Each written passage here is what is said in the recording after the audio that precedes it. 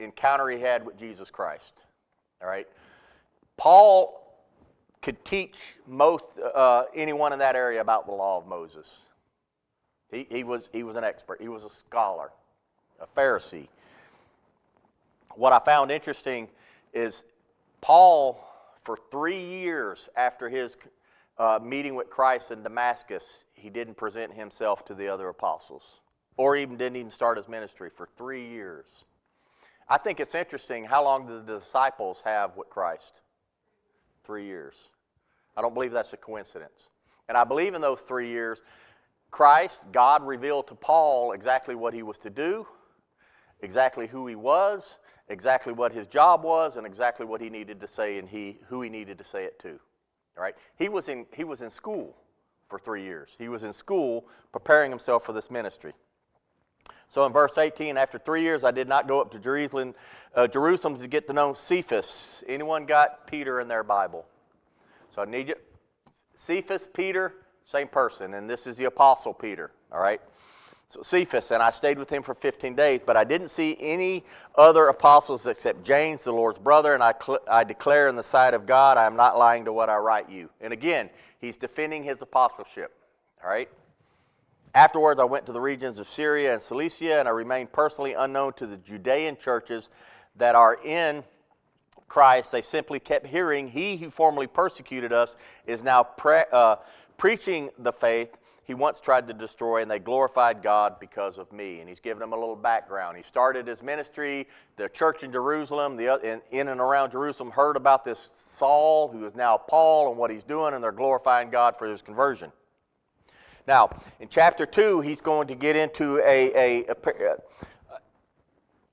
he's going to do a little history lesson, and I think it's probably worth it for me to go back and explain or to read kind of what happens here.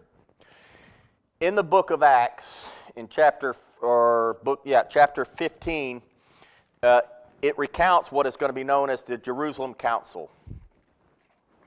If you can remember back, the Apostle Peter is sitting on a rooftop in Caesarea, right? And he's having this vision, and remember the blanket comes down, and it's all this, and God tells him to eat, and he says, no, I'm not going to. And down the road, there's centurion, Gentiles, and they get a messenger, and God tells Peter to go preach the gospel to those Gentiles, right? So Paul's not the first apostle to share the gospel with Gentiles. It was actually Peter, all right?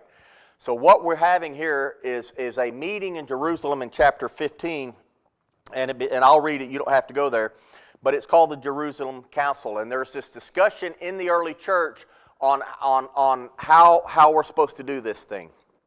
It wasn't a discussion on whether we can allow Gentiles in to the church. The discussion was how do they come in, right?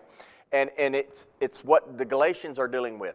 Do they have to become Jewish first, or at the same time to become Christians? That's the discussion.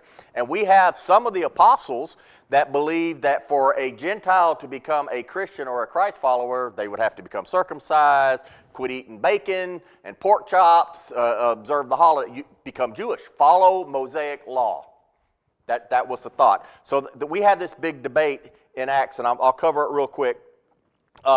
Some men came down from Judea and began to teach brothers, unless you are circumcised according to the custom prescribed by Moses, you cannot be saved. After Paul and Barnabas had engaged them in serious argument and debate, Paul and Barnabas and some others were appointed to go to the apostles and the elders in Jerusalem about this issue. Look, we need to go to the source. Go to the apostles, the leaders of the church in Jerusalem, and we need to get this thing settled. All right? This is a few short years after the ascension of Christ.